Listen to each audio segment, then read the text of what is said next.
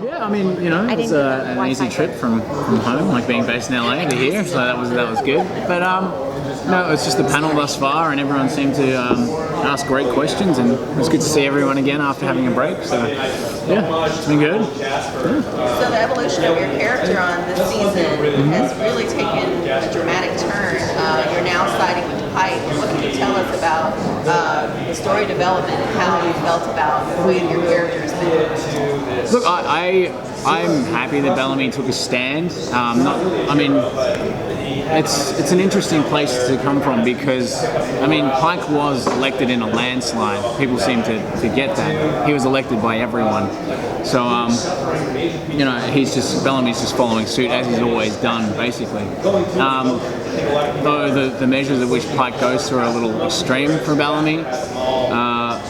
But, you know, as the season's been going on, in episode 8 you start to see cracks forming and what they, you know, episode 9, which I think is coming out this week, will show, you know, where his loyalty really lies. And I think he's always kind of had one foot in with Pike, not necessarily wholeheartedly, even though he was part of the people that went out and massacred the 300 grounders. He was also out there and trying to save the survivors and spared Indra as well. I think there's, in terms of character development, I think that, you know, it kind of rings true to who he was, and it's just not necessarily, you know,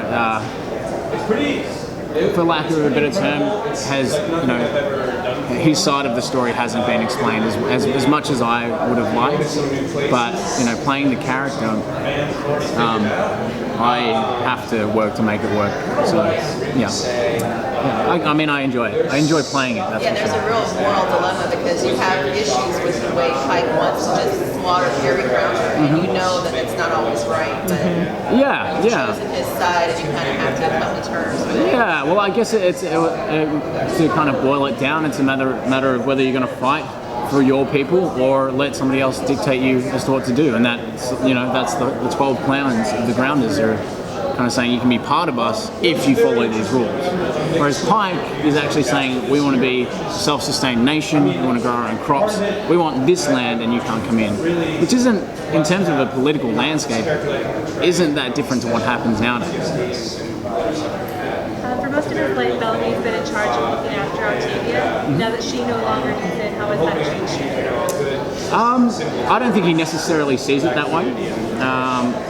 He has definitely seen her grow, but I mean, I'm the youngest of 4, and even though I'm an adult, I still turn to my older siblings for help, and I don't think that you ever feel like you're never responsible for a family member. You know, I've not lived with my parents for a long time, but I still feel responsible for them and them for me. So I think there's still some residual feeling of that, but you know, Bellamy is one of the only, I'd say, out of the younger crew, people who understands what it's like to be a brother. And in actual fact, you know, if you think about it in larger terms, he gave birth to his sister. He's been there since day one. They didn't have a father. So Bellamy's also a father figure to Octavia. That's the way I see it. So in terms of being an adult or a parent, I think at some point you have to let them go and, you know, make their own choices. And, you know, they're both, I mean, it's a lot of responsibility to bestow upon a young child and say, you're still a child, but you have to be an adult for this person. So they're both making mistakes. I can't say either one's right or wrong. Yeah. Will Bellamy realize his feelings for Clark, and will we get to see that, try to repair that? I think his feelings for Clark have been realised. I think that they were realised in episode 5, season 3, where he said, I needed you and you left me. They had such a loyalty and such a strength together, and then she chose to go with Lexa as opposed to backing Bellamy in episode 3, season 3. They've been realised. He knows that he needs her, and he knows that, you know, he functions much better when she's around. So in terms of those feelings being realised, yes. And for me, that's as far as I see it. But, you know, I don't write the show. He's a really kind of complex character. Like, you see, he has different layers. Like, I mean, he plays like kind of the asshole, the leader, the brother. So what is your favorite part of playing that character? Like, what's your favorite kind of area to develop? I think there's always something interesting about someone who has the ability to be a good leader, but is, I guess in a way he can be retarded by his own doubts, and so therefore he still seeks for other leadership from Pipe, Payne, or Clark. So there's always something interesting about someone who knows what's right but still follows protocol. So that's a really interesting grey area to play with.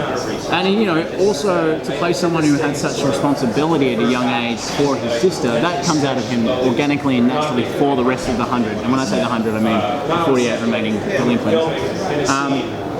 So there's that great weight of responsibility, but and I was saying before, he's still quite young but can't really comprehend his own decisions. I mean, I'm like turning 32 and I still can't really figure out what I'm doing. So I mean, I just like, when we say complex, I'd say he's normal. Everyone has those complex feelings they have to deal with. So playing the realness in the situation is probably my favorite part of him. Is taking, that's the beauty of science fiction, is that it's in a heightened reality, but it's all about what is truthful to the character at the time. But yeah, he is definitely conflicting, at the opposite ends of power and leadership and responsibility, which is interesting to me to play. Is there anything in upcoming episodes that you filmed already that haven't aired that you're excited for fans to see about your character?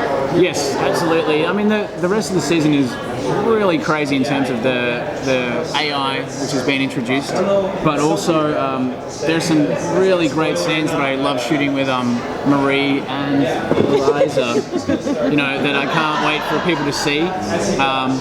And everyone else is doing such incredible work, and we have such an amazing DOP. And he do you want to chip in here? Oh, this is your interview, man. Oh, Michael Blundell, our DP, just creates amazing imagery, and so it's always exciting for us to watch what's new and see how they shot it. So, yeah, there's plenty of stuff I want to see. Well, I've been so excited about this season. It's been really great. I love it that it's so dark this season. Thank you. Yeah. Thank you. Yeah. No worries. Thank you, guys. Let's take over. You got it from here.